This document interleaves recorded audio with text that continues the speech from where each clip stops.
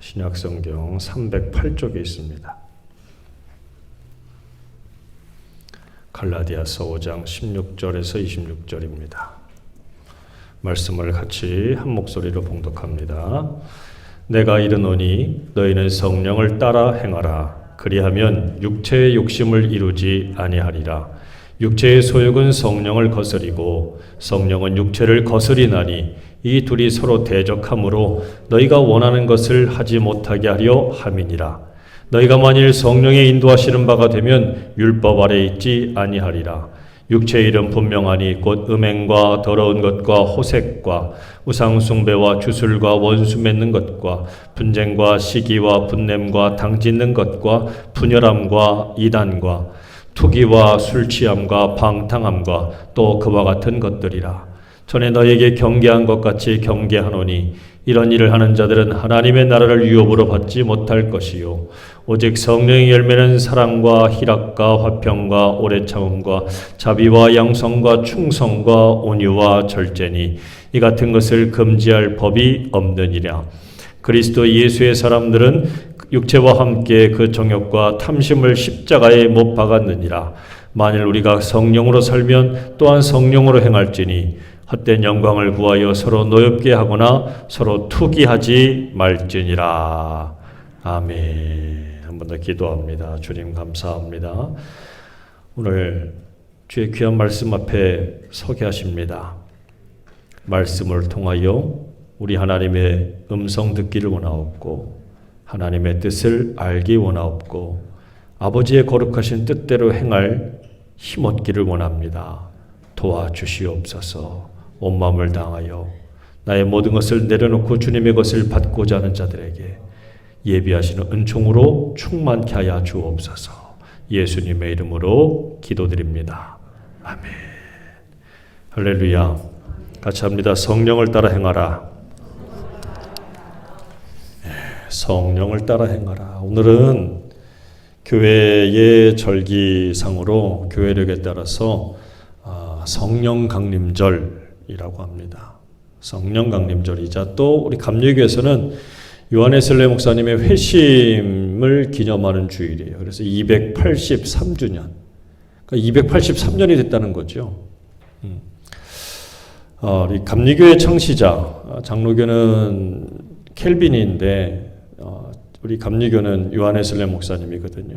근데 보통 뭔가를 기념한다, 사람의 일들을 기념한다라고 하면 그 사람의 출생과 혹은 또 그 사람의 사망을 가지고 기념을 하잖아요. 출생과 사망을 가지고 따지는데 우리 감리교는 좀 다르지요. 뭘 가지고 따집니까? 웨슬레이 목사님이 언제 성령 받았느냐, 그러니까 언제 회심했느냐, 이걸 굉장히 따져요. 그때가 언제냐면 1738년 5월 24일입니다. 우리하고 지금 하루가 저 차이가 나죠. 오늘 주일이니까 이렇게 맞췄지만 그때로부터 시작해서 지금 283년째가 되는 오늘을 기념하는 거 하고 있어요. 출생이나 사망도 중요하겠지만 그게 문제가 아니라 뭐라고요? 그가 언제 회심을 했느냐, 그가 언제 성령 충만해졌느냐. 영국의 올더스게이트에 가면 그 웨슬레이 목사님이 회심하고 난 후에 기록했던 일기를 기념하는 그 일기를 쭉 적어놓은 저 기념비를 만들어 놨어요. 웨슬레이 회심 기념비예요. 그만큼 굉장히 중요한데 그분이 그 당시에 그 올더스게이트 가에 있을 때에 거기에 있는 한 천막교회에서 이제 말씀을 쭉 앞에 있는 분이 읽어줬는데 어떤 내용에 마음이 뜨거워졌냐면 그때가 5월 24일 저녁 8시 45분경이었는데 이렇게 앞에 있는 분이 루터의 로마서 서문 중에 나와 있는 요 한 부분을 읽어줬어요. 뭐냐면 하나님은 그리스도 안에서 믿음을 통하여 우리의 마음속에서 역사하시며 변화를 일으키신다라는 얘기를 팍 듣는데 갑자기 가슴이 뭉클해지고 영어로 보면 스트레인지 웜, 이상한 뜨거움이 막 생겼다라고 이야기해요. 이상하게 막 마음이 가슴이 뜨거워졌다. 하나님은 그리스도 안에서 무엇을 통하여? 믿음을 통하여. 어떤 다른 고행이나 선행이 아니라 무엇을 통하여? 믿음을 통하여 우리 마음속에서 역사하시며 변화를 일으키신다는 얘기를 듣는데 마음이 막 뜨거워지신 거예요. 그래서 이분이 이렇게 해서 깨닫고 나서 저수를 하고 정말 복음을 증거하는데, 그가 말을 타고 복음을 증거한 게 제가 주보도 썼지만 그가 다닌 거리만 계산하면 지구를 7바퀴 돌 정도의 거리를 다니면서 복음을 증거하고 전하고 다녔다는 거죠. 그래서 시작된 게 감리교예요. 이 감리교를 이렇게 창시하고 났을 때 그가 맨 마지막에 유언처럼 남긴 말 중에 하나가 바로 뭐였냐면, 모든 것 중에서 가장 좋은 것은 하나님이 우리와 함께하는 것입니다 라고 고백했다는 거예요. 이분이 이걸 가장 좋아했어요. 마지막에 남긴 말이 하나님이 우리와 함께 계시는 겁니다. 임마누엘. 이게 뭐라고요? 가장 좋은 거예요. 여러분, 옆 사람이 나와 함께 있는 것도 참 좋잖아요. 그렇지요? 근데 그 사람요, 언젠가는 내 곁을 떠나요. 사람은 영원하지 못해. 하지만 누가 영원하십니까? 하나님은 영원해. 이게 신앙이에요. 이게 믿음이 돼야 돼. 그렇다고 얼마 보지 못할 거라고 함부로 대하면 안 됩니다. 옆 사람에게 한번 인사해 볼까요? 당신이 내 곁에 있어서 참 감사합니다. 그지요? 그러니까 해봐요. 또 있을 때 잘해. 그러니까 있을 때 잘해야지. 그죠? 떠난 다음에 하지 말고, 항상 떠난 다음에 뭐 없는 다음에 그 다음부터는 후회하고 뭐 그러는데, 아니요. 있을 때 잘해. 그렇죠? 지금도 믿음 생활 할 수 있을 때 잘해야 돼요. 할렐루야. 요한복음 14장 16절에 보면 예수님이 이렇게 말씀하셨어요. 내가 아버지께 구하겠으니 그가 또 다른 보혜사를 너희에게 주사 영원토록 너희와 함께 있게 하리니, 그래요.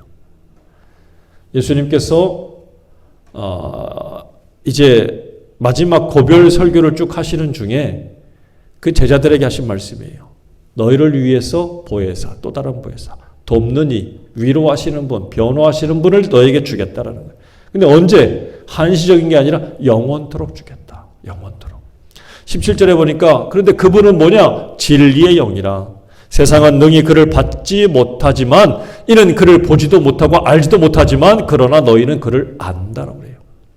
여러분, 우리는 분명히 뭐라고요? 성령을 안다. 성령이 누구신지를 분명히 알 수 있다는 거예요. 그는 너희와 함께 거하시며 또 너희 속에 계시겠다라고 주님이 분명히 약속하셨어요. 약속하셨어요. 지금도 이 약속에 따라서 성령이 누구와? 우리와, 나와 함께 하시는 중이라는 사실을 믿으시길 바랍니다. 성령이 함께 하시는 거예요. 자, 그래서 이 말씀을 또 한 군데 또 보면 사도행전 1장 4절에 보면 사도와 함께 모이사 그들에게 분부하여 이르시되, 주님이 뭐라고요? 예루살렘을 떠나지 말고 내게서 들은 바 아버지께서 약속하신 것을 뭐하라? 기다리라. 요한은 물로 세례를 베풀었지만 너희는 몇 날이 못해요? 무엇으로? 성령으로 세례를 받으리라.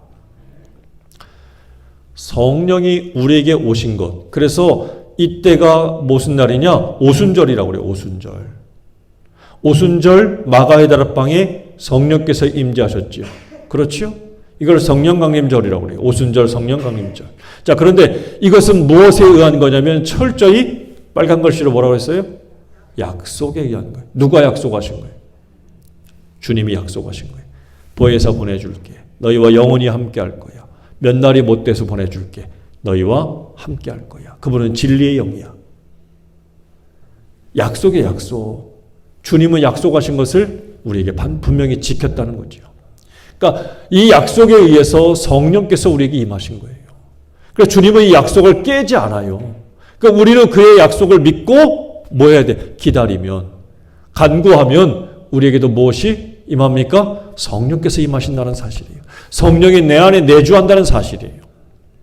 이것을 분명히 믿고 하나님 앞에 구하시는 저와 여러분 되길 바랍니다. 자, 그런데 이것을 가리켜서 아까 오순절이라고 그랬잖아요. 오순절. 왜 오순절이냐? 이게 구약에서부터 유래하는 거예요. 구약에 보면은 6월절 있죠. 6월절. 패스오버라고 해서 6월절이 있는데 6월절은 뭡니까? 모세가 애굽에 내린 10번째 재앙 가운데 마지막 10번째 재앙을 통해서 뭐가 됐어요? 애굽의 모든 장자들이 다 죽었잖아요. 짐승의 첫 새끼도 다 죽었어. 근데 그때 어떻게 합니까? 어린 양을 잡아서 그 피를 가지고 어디다가? 문설주에다가 막 바르는 거예요. 바르면 하나님의 영이 와서 거기를 넘어가잖아. 그렇지요? 이걸 유월절이라고 그러잖아요. 유월, 월담, 넘어간다. 그러잖아요. 담 넘어간다. 그러니까 하나님의 영이 어린 양의 피를 바른 그 집을 다 넘어간 거예요. 그 집은 다 무사했단 말이에요. 이때로부터 시작해서 이제 이 애굽에 있는 백성들이, 히브리 백성들이 다 탈출해서 광야로 나왔는데, 이때로부터 시작해서 50일째 되는 날을 가리켜서 뭐라고 그래요? 오순절이라고 그러는 거예요. 50일째 되는 날을. 근데 그 50일째 되는 날이 왜 구약에서 굉장히 의미가 있냐면, 그때 모세가 어디에 올라갔냐면 시내산에 올라갔어요. 왜 올라갔을까요? 시내산에 올라가서 등산하러 갔나? 하나님 만나러 갔지. 거기에 왜 올라갔어요? 하나님이 오라고 그랬으니까 갔지. 왜 오라고 그랬을까? 거기서 계명을 받은 거예요. 모세가 시내산에서 계명을 받았어요. 자, 오순절. 이게 신약에서부터 갑자기 시작된 날이 아닌 거예요. 구약에서부터 굉장히 중요한 날이고 그때부터 시작이 된 건데, 그때에 나타나는 현상을, 자연적인 현상을 보면 불이 막 그냥 번쩍이고 연기가 자욱하고 바람이 불고 막 땅이 흔들리고 막 진동이 있었단 말이에요. 하나님이 임하시는 현상이 그랬던 거, 현상이. 자연적인 현상이. 그런데 신약에 보면 마가의 다락방에도 몇 날이 못 돼서 성령이 임할 거라고 했던 그날도 오순절인데, 그 오순절 날 마가의 다락방에도 뭐 같은 게 보였어요? 불이 아니, 불 같은 것이 보였어요. 그렇지요? 급하고 강한 바람의 현상이 일어나고 사람들의 말이 다 터지면서 방언이 시작되고 막 이랬단 말이죠. 자, 현상이 일어나요. 어떤 현상? 구약에서 일어난 현상과 신약에서 지금 벌어진 현상이 어떻게 해요? 비슷해요. 그러니까 하나님이 지금 임하시는 이런 모습들을 보면 굉장히 비슷하죠. 근데 여러분, 이거는 현상이에요. 이 현상은 일어날 수도 있고 안 일어날 수도 있어요. 중요한 건 바로 뭐냐? 의미예요, 의미. 어떤 의미냐? 구약에 나와 있는 이 오순절, 즉 모세가 시내산에 올라가서 하나님을 만났던 그것을 통해서 진짜 의미는 뭐냐? 이제 너희는 내 백성이라는 거예요. 새로운 언약을 줄게, 계약을 줄게. 그리고 이 계약을 통해서 너희는 뭐냐? 내 진짜 백성이 되었다는 걸 알려주는 건데, 신약에 나와 있는 이 말씀도 바로 뭐예요? 이제 너희는 내 진짜 백성이고 내 진정한 자녀가 되었다라고 하는 것을 의미해 주는 거예요. 이것을 알게 해주시는 분이 누구냐? 나중에 또 말씀드리겠지만 성령이라는 거예요. 성령이 우리에게 임하실 때 분명히 알게 하는 게 바로 뭐냐면, 야, 하나님이 진짜 내 아버지야. 우리는 그분의 백성이고 그분의 자녀가 돼. 이것을 알게 해주시는 거예요. 모세를 통해서 이제 알려주신 것이 바로 뭡니까? 이제 너희는 더 이상 애굽의 백성 아니야. 애굽의 종놈들이 아니야. 세상의 사람들, 세상의 백성이 아니야. 너희는 구별되었어. 너희는 내 거야. 라고 하나님이 그때 가르쳐 주시는 거예요. 그러니까 성령이 임한 사건을 통해서 우리가 깨달아야 될 것이 바로 뭐냐면, 내가 하나님의 백성과 자녀가 되는 그 놀라운 것을 깨닫는 날이라는 거예요. 이거 없이 자꾸 무슨 방언에만, 예언에만, 이거 안 하면 진짜 하나님의 백성 아닌 것처럼 자꾸 얘기하는데, 아니, 가장 기본적이고 근본적인 건 이거예요. 내가 누구인가를 깨닫게 해주는 거예요. 그 성령은 이걸 알게 해주시는 분이에요. 그리고 또 중요한 것은 예수님이 우리에게 오신 이유가 뭡니까? 구약에서부터 쭉 왔던 율법을 폐기하려고 오신 거예요? 완성하려고 오신 거예요? 뭐예요? 완성. 로마서 10장 4절에 보면 이렇게 나와요. 그리스도는 모든 믿는 자에게 의를 이루기 위하여 율법의 마침이 되시니라. 같이 합니다. 율법의 마침. 헬라어로 텔로스라고 그러는데 완성이에요, 이게. 완성이에요. 율법의 마침. 예수님께서 이 땅에 오신 이유가 뭐라고요? 율법의 완성이라는 거예요. 그럼 율법의 특징을 보면 율법이 나쁜 거예요? 율법은 좋은 거예요. 누가 줬어요? 하나님이 줬잖아. 하나님 주신 건데 나쁜 거예요? 율법을 자꾸 이상하게 나쁜 걸로만 얘기하는데 잘못된 거예요. 율법 좋은 거예요. 하나님이 주셨으니까. 그런데 문제는 뭐냐? 하나님은 좋게 주셨는데 사람의 율법 앞에서 뭐해? 눈치 보는 거예요. 누가 보면 잘하는 척 한다니까. 누가 안 보면 지 마음대로 한다니까. 주신 분이 잘못된 거요? 아니요. 받는 사람이 잘못된 거예요. 지금 이게. 그리고 지들끼리 물어봐. 너 뭐 지켰어? 안 지켰어? 너 금식했어? 안 했어? 너 기도 지켰어? 안 지켰어? 너 11조 했어? 안 했어? 이거 한 놈은 잘한 놈인데 못하면 나쁜 놈이 되는 거예요. 이게. 자기들끼리 서로 또 뭐예요? 의인과 죄인을 막 가르네. 하나님이 선하게 주셨지만 사람이 어떻게 해요? 그걸 악용하는 거예요. 눈치를 보게 하는 거예요. 거기에 끌려가게 만들고 자기들끼리 의인과 죄인을 자꾸 갈라요. 그리고 예수님 당시에도 몸에서 비린내가 나는 어부들은 성전에 가기가 쉽지 않았어. 가죽을 만드는 가죽쟁이들, 그 가죽을 막 불에 태우는데 그 냄새가 얼마나 지독해. 몸에 배니까, 옷에 배니까 성전에 가기가 어려웠어요. 창녀들은요, 말할 것도 없지요. 자기들끼리 의와 선을 막 가르고 나눴어요. 눈치를 보는 거죠. 누가 볼 때만 잘하게 하는. 그런데 예수님은 이것을 완성이라고 했어요. 이제 그러면 예수님이 완성이라는 얘기는 뭐예요? 이제부터 뭘 보라는 얘기예요? 예수님 바라보라는 거예요. 예수님을 바라보고 예수님이 내 마음의 주인 되시고 내 삶의 주인 되시고 예수님의 이제는 누구 눈치 봐야 돼? 예수님의 눈치 보라는 거예요. 사람이 볼 때만 잘하고 사람이 안 볼 때는 못하는 이게 아니라 이제는 누구 앞에서 살라? 하나님 앞에서 사는 거예요. 이걸 가리켜서 코람데오라고 그래요. 내가 지금 어디 앞에 서 있어요? 하나님 앞에 서 있어. 이걸 알게 해주는 거예요. 내가 여전히 죄 가운데 있고 내가 이제 허물 가운데 있고 부족하고 모순이고 허점투성이지만 그럼에도 불구하고 주님이 나를 어떻게 해요? 여전히 사랑하시고 용서하시고 이끌어주시고 함께 해주시는 거예요. 이걸 알게 해주시는 거거든요. 그런 모습 그대로 이제 어떻게 해요? 주님 앞에 나가는 거예요. 여러분 이 믿음으로 주님 앞에 온전하게 서시길 바랍니다. 그래서 성령 강림 사건을 통해서 마가의 다락방에서 일어난 일이 뭐냐? 그들이 뭐가 바뀌었어요? 신분이 바뀌었어요? 돈이 많아졌어요? 갑자기 어떤 권세가 생겼나? 제자들이요? 아니에요. 그들이 전에는 성령 받기 전에 어떤 일이 있었습니까? 무서웠어요. 두려웠어요. 그래서 다락방 문을 맨날 꽁꽁 닫아. 야, 맨 마지막에 들어온 사람 누구야? 문 좀 잠그라니까, 문 좀. 왜? 군인들이 쳐들어오면 어떻게 할래? 고발자들이 와서 고발하면 어떡할 건데. 문을 꽁꽁 걸어 잠갔어요. 겁나서. 근데 이제는요. 자기들이 그 문을 열고 성령이 충만해지니까 밖에 나가서 복음을 증거하기 시작했어요. 온 세계 사람들을 만나도요. 낯선 사람들을 만나도요. 겁나지가 않았어요.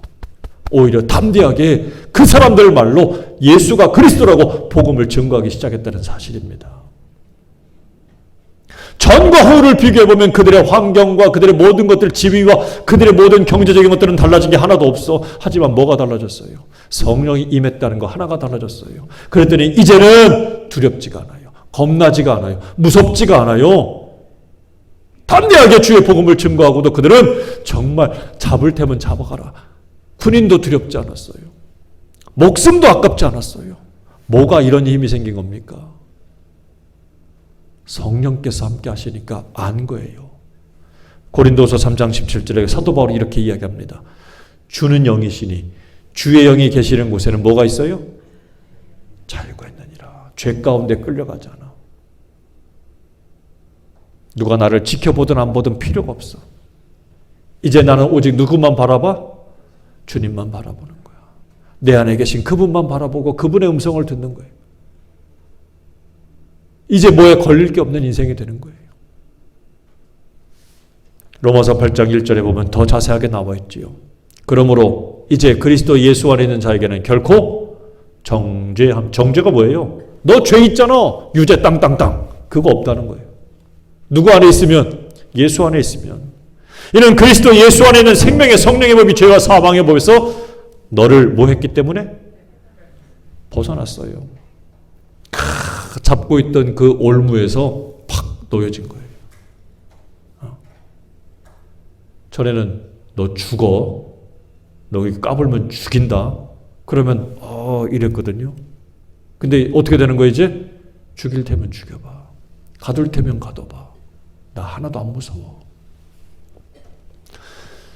죄와 죽음에서 벗어난 거예요. 그게 더 이상 이제 두렵지가 않은 거예요. 무엇을 통해서? 성령을 통해서. 그래서 또 바울이 이렇게 얘기합니다. 5절과 6절에 보니까 육신을 따르는 자는 뭘 생각해요? 육신의 일을. 영을 따르는 자는 영의 일을 생각하나니 육신의 생각은 뭡니까? 사망이지만 영의 생각은 완전히 바뀌었어요. 완전히 바뀌었어요. 영을 따르는 사람이 되었다. 해방된 사람은 거기에서 그냥 멈추는 게 아니라 영을 따라가는 사람이 되는 거예요. 자, 그런데 9절에 또 이어서 이렇게 이야기합니다. 만일 너희 속에 뭐가 거하시면 하나님의 영이 거하시면 너희가 육신 가운데 육신에 있지 아니하고 영에 있나니 누구든지 그리스도의 영이 없으면 그리스도의 사람이 아니다. 여러분 이걸 분명히 우리가 짚고 넘어가야 돼요. 그래서 내가 그리스도의 사람인지 아닌지 이것이 확실하려면 내 안에 뭐가 있어야 돼요? 그리스도의 영이 있어야 되는 거예요. 그리스도의 영이 있다는 증거가 뭡니까? 가장 중요한 증거는 내가 예수님을 내 주로 고백하는 거예요. 하나님을 내 하나님으로 고백하는 거예요. 이건 영이 아니고서는 그렇게 할 수 없다 그랬어요. 할렐루야. 그러면 여기까지 보면 성령은 뭐 하시는 분이냐? 이걸 좀 정리해 보면 이거예요. 생명을 주시는 분이다. 같이 합니다. 생명을 주시는 분. 두 번째, 우리를 그리스도의 사람이 되게 하시는 분이라는 거예요. 우리를 누구의 사람? 그리스도의 사람. 세 번째는 누구의 자녀? 하나님의 자녀가 되게 하시는 분이라는 거지요. 아니 어떤 분들이 아이 무슨 말이야? 죽으면 끝이지 뭐. 내가 왜 하나님의 자녀야? 난 엄마 아빠 자녀지. 죽으면 끝 아니야? 죽으면 끝? 그런데 그런 사람에게라도 하나님의 영, 그리스도의 영 성령께서 들어가시면 달라진다는 거예요. 아, 이게 아니구나. 죽으면 끝이 아니구나. 이 땅이 전부가 아니구나. 아, 예수님이 정말 나의 구주시구나. 성령을 오시면 그걸 깨닫게 된다니까요. 제 말 같아요? 아니에요. 로마서 8장 16절 다 같이 읽어봅니다. 시작. 성령이 친히 우리의 영과 더불어 우리가 하나님의 자녀인 걸 증언한대.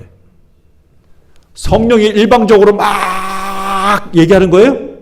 아니, 여러분 착각하지 마요. 우리가 무슨 성령님이 오시면 자꾸 나를 조종한다고 하시는 분이 있는데 아니에요. 성령은 무슨 독재자가 아니에요. 성령은 누구와 더불어서? 우리의 영과 더불어서 알게 해주시는 분이에요.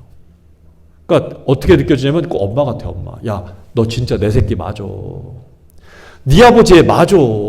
아닌 것 같아. 아니, 맞대니까. 엄마가 뭐 몽댕이 들고서 막 이렇게 때립니까? 강제적으로? 아니잖아요. 확실하게 증언해 주는 것처럼 성령께서 그렇게 하신다는 거예요. 성령이 친히 우리의 영과 더불어 우리가 하나님의 자녀인 것을 증언하신다. 너 진짜 하나님의 자녀 맞아. 너 하나님의 아들이고 너 하나님의 딸이고 하나님의 백성이야. 너 그렇게 가면 안 돼. 이게 성령께서 우리에게 오시면 우리의 영과 더불어서 충분히 이렇게 교감하신다는 거예요. 성령은 우리를 무시하는 분이 아니에요. 우리를 인정하시고 이끌어 주시는 분이에요. 그래서 여러분 성령 받아서 가장 중요한 것 중에 그것이 뭐냐면 내가 하나님의 자녀라는 것을 깨닫는 거예요. 이게 믿어지고 이게 고백이 되는 게 성령 받을 증거예요. 여러분께 묻겠습니다. 하나님의 자녀가 맞으십니까? 하나님의 아들과 딸이 분명하십니까? 여러분은 성령 받으신 거예요. 성령이 아니고서는 이것을 알 수가 없어. 성령이 이것을 증언해 주신다고 했잖아요. 오늘날 우리가 이 고백을 떠난 상태에서 자꾸 현상적인 것만 이야기해요. 방언도 안 하는 것들이 뭔 교회 다니는 사람이냐고. 방언을 못하는 사람들은 진짜 예수 믿는 사람 아니라고 하는, 이렇게 극단적으로 얘기하는 분은 아니에요. 그 현상이 현상. 할 수도 있고 안 할 수도 있어.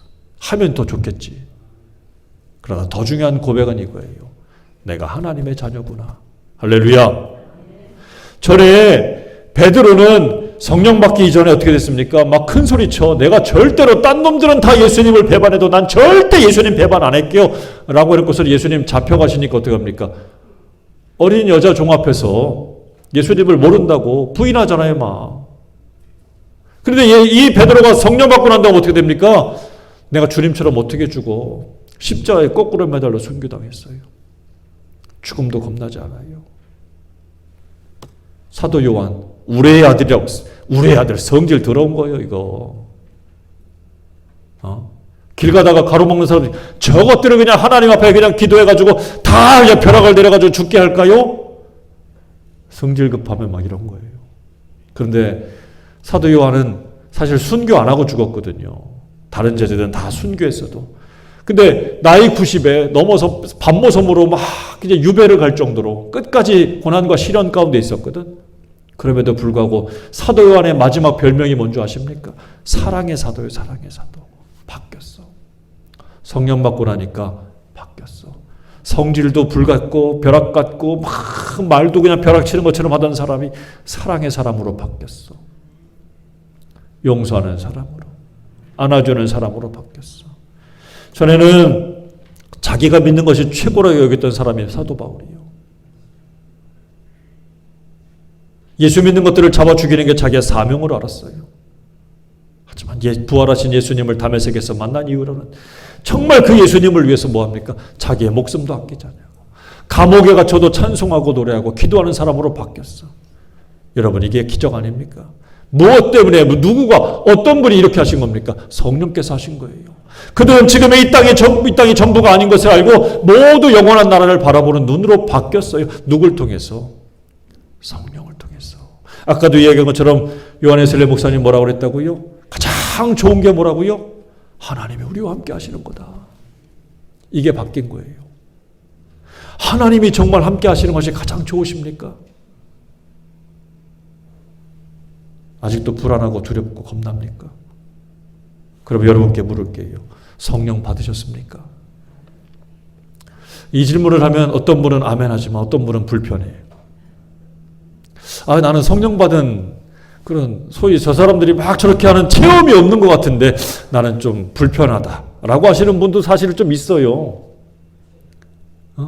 근데 여러분, 이 질문을 너무 불편하게만 여기지 말아야 돼요. 어떤 거냐면 엄마가 아이한테 너 공부했니? 왜 물어봐요? 자식을 망치려고?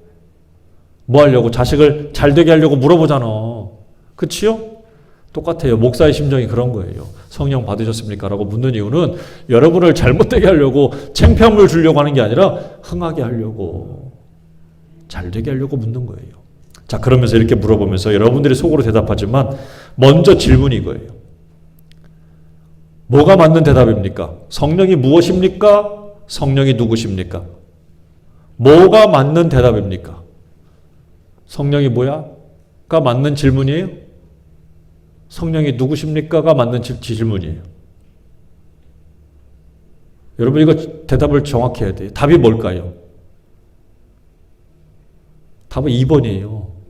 성령이 누구십니까? 라고 물어봐야 돼요. 성령이 무엇입니까? 라고 묻는 건 잘못된 거예요. 왜냐하면 사람들이 착각하는 것 중에 하나가 성령을 무슨 에너지, 힘, 뭐 이상한 현상들, 초일, 뭐 이런, 자꾸 이런 표현들을 쓰거든요. 아니에요. 그래서 접근이 틀린 거예요. 그러니까 그런 것들만 자꾸 생각하니까 그런 힘과 능력들만 받고 싶어 하는 거거든요. 아닙니다. 질문을 잘해야 돼. 같이 합니다. 성령이 누구십니까? 이렇게 물어야 돼. 우리 이종복 권사님을 향해서 얘기할 때, 이종복 권사는 무엇입니까? 라고 물어야 돼요? 누구십니까? 라고 물어봐야 돼. 누구냐고 물어봐야지. 그치요? 성령님을 그렇게 묻는 건 뭐예요? 인격으로 대하라는 거예요. 뭘로 대해요? 인격이에요, 인격. 성령은 무슨 힘이나 물건이 아니에요. 인격으로 대해야 돼요. 다시 말하면 그분을 초대하는 거예요. 성령님 오십시오. 성령님 내 안에 오셔서 나와 함께 해주세요. 나를 다스려 주세요. 그분을 초대해야 돼요. 그분을 불러야 돼요. 왜 그렇습니까? 요한복음 16장 13절 시작. 그러나 진리의 성령이 오시면 그가 너희를 모든 진리 가운데로 뭐한다? 인도하신대. 그가 스스로 말하지 않고 오직 들은 것을 말하며 장래일을 너희에게 알리시리라. 알려주시기까지 하시겠대요. 한마디로 말하면 뭐예요? 그분은 우리를 인도하신다는 분이에요. 성령님은 우리를 뭐한다? 인도하신대요. 그래서 진리 가운데로 인도하신대요. 진리는 뭡니까? 변하지 않는 거거든요. 변하지 않는 것 가운데로, 확실한 가운데로 우리를 이끌어 가신다. 그래서 오늘 본문에서 사도 바울이 갈라디아 교인들에게 권면하는 두 가지가 바로 뭡니까? 성령을 따라서 성령님의 인도를 받고 진리 가운데서 행하며 그것 통해서 그렇게 살기를 바라는 사람들은 첫째, 무엇을 따라 행하라고요? 성령을 따라서 행하라. 둘째는 육체의 소욕을 따르지 말아라. 근데 육체의 소욕을 따르지 말라. 억지로 안 되는 거예요. 무엇을 하면? 성령을 따라 살면 육체의 소욕대로 안 산다라고 이렇게 권면해 주고 있어요. 그러니까 육체의 소욕은 오늘 사도 바울이 정리한 것을 보면 한 네 가지로 정하는데, 음행과 더러운 것과 방택이라는 호색이에요. 호색. 성적인 문란함이지요. 두 번째, 우상숭배와 마술, 주술들. 이거 우상의 것들을 영적인 간음이고 영적인 타락이지요. 세 번째, 거기 나와 있는 쭉 많은 것들이 있죠. 그냥 분열등, 깨지고 막 싸우고 다투고 하는 모든 것들이 뭐예요? 왜곡된 인간관계예요. 네 번째, 술 취함과 방탕함, 세상의 문화지요. 이런 것들을 행하는 사람들은 다 뭐라? 하나님의 나라를 유업으로 받을 수 없다라고 이야기해요. 근데 이 모든 것들을 가리켜서 뭐라고 그럽니까? 육체의 소욕. 육체의 소욕이 뭐예요? 쉽게 말해보면 먹고 싶을 때 먹고, 먹기 싫으면 내버려두고, 싸우고 싶으면 싸우고, 말고 싶으면 말고, 떠들고 싶으면 막 떠들고, 남의 눈치 볼 것도 없어요. 내 마음대로 사는 거예요. 내 마음대로. 누가 주인 됐어? 내가 주인 됐어. 육체의 소욕이에요. 육체의 욕심을 따라가는 거예요. 그런데 오늘 바울이 이렇게 사는 사람들은 뭐라고요? 절대로 성령님의 인도를 받지도 못하고 하나님의 나라를 유업으로, 유산으로 물려받지도 못한다라고 경고하고 있습니다. 이렇게 살면 안 된다는 거지. 어떻게 됩니까? 같이 합니다. 성령을 따라 행하라. 이 말을 곧대로 그냥 직역해버리면 이런 말이에요. 성령에 의해서 계속 걸어가라. 같이 합니다. 성령에 의해 계속 걸어가라. 왜 계속이라고 그랬을까요? 성령을 따라가면 유혹받지 않습니까? 성령을 따라가면 미혹이 없어요? 아니에요. 성령을 따라가도 여러분 알아야 돼요. 유혹받아요. 내가 기도를 세게 했어. 그러면 그런 문제들이 안 찾아옵니까? 찾아와요. 예수님 광야에서 40일 동안 금식했는데도 마귀 오는 거 봐. 찾아온다니까요. 여기서 중요한 게 뭡니까? 계속. 오든지 말든지. 나를 걸려 넘어지게 하든지 걸려 넘어지게 하지 않든지. 나를 유혹하든지 유혹하지 않든지. 나를 붙잡든지 붙잡지 않든지 간에 계속해서 끊임없이 뭐하라고요? 성령님을 의지하면서 가라는 거예요. 그러면 바울이 뭐라고 합니까? 반드시 뭐가 있어요? 열매가 있다는 거예요. 내가 그런 수많은 유혹들과 미혹들 때문에 멈춰서고 못할 것 같지 않았는데 그래도 계속 성령님을 의지하면서 걸어갔더니 언젠가 나도 모르게 나에게 뭐가 맺어지느냐? 열매가 맺어지는데 그 열매가 뭡니까? 사랑과 희락과 화평과 오래 참음과 자비와 양성과 충성과 온유의 열매들이, 절제 열매들이 내게 맺어지더라는 거예요. 할렐루야. 이게 억지로 맺어지는 게 아니잖아요. 저 뒤에 있는 배밭에 보면요, 배 없어요 지금. 근데 어떡합니까? 농부가 계속 주잖아요. 계속 풀 깎아주고 비료주고 다듬어주고 잘라주고. 그럼 언젠가 가을에 보니까 갑자기 열려있더라고. 누가 나를 미혹하든지 걸려 넘어지게 하든지 말든지 계속 성령님을 의지해서 나가면 언젠가 나에게 이런 열매들이 맺혀져요. 그러나 열매 맺지 못하는 나무는 어떻게 합니까? 아시잖아. 여러분도 해봤잖아. 다 잘라버리잖아. 그래서 중요한 게 바로 뭐예요? 열매를 맺는 거예요. 성령이 아니고는 예수님을 구주로 믿을 수 없어요. 그렇지요? 성령이 아니고는 예수님을 구주로 믿을 수 없어요. 이 말은 지금 내 안에 성령이 오신 거예요. 근데 우리가 자꾸 실패하고 열매가 없는 이유는 바로 뭐냐? 계속 믿고 계속 의지하지 않기 때문에. 내 기분 느끼는 대로. 한쪽은 성령을 붙잡았다가 다른 때는 세상을 붙잡았다가 이랬다 저랬다 계속이 아니야. 하다 말다 하니까 열매가 맺으려고 하다가도 그게 보잘것없고 사랑이 있는 것 같은데 어느 순간에 보니까 미움이 가득하고 성령이 아니고는 안 된다는 거예요. 그래서 여러분 지금 나중에 할 계획 아니에요. 언제?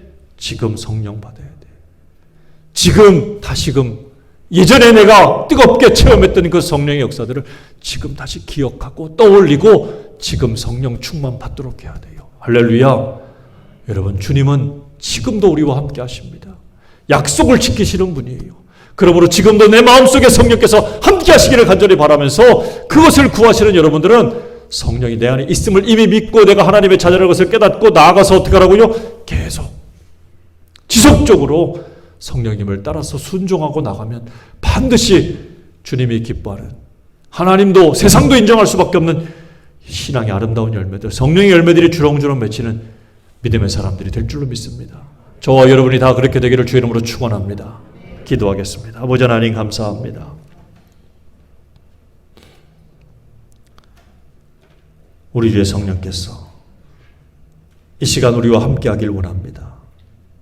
또한 나도 성령님과 함께하며 지속적으로 따라가고 순종하길 원합니다. 도와주시옵소서. 그때에 나도 모르게 그리하면 성령의 열매가 풍성하게 맺어지는 삶이요 인생이 될 줄로 믿습니다. 도와주시옵소서. 지금 잃어버린 성령의 열매를 맺지 못한 채 오히려 세상의 많은 비난과 조롱과 웃음거리가 되고 있는 이 교회 현실을 볼 때 얼마나 마음이 답답하고 가슴이 아픈지 모릅니다.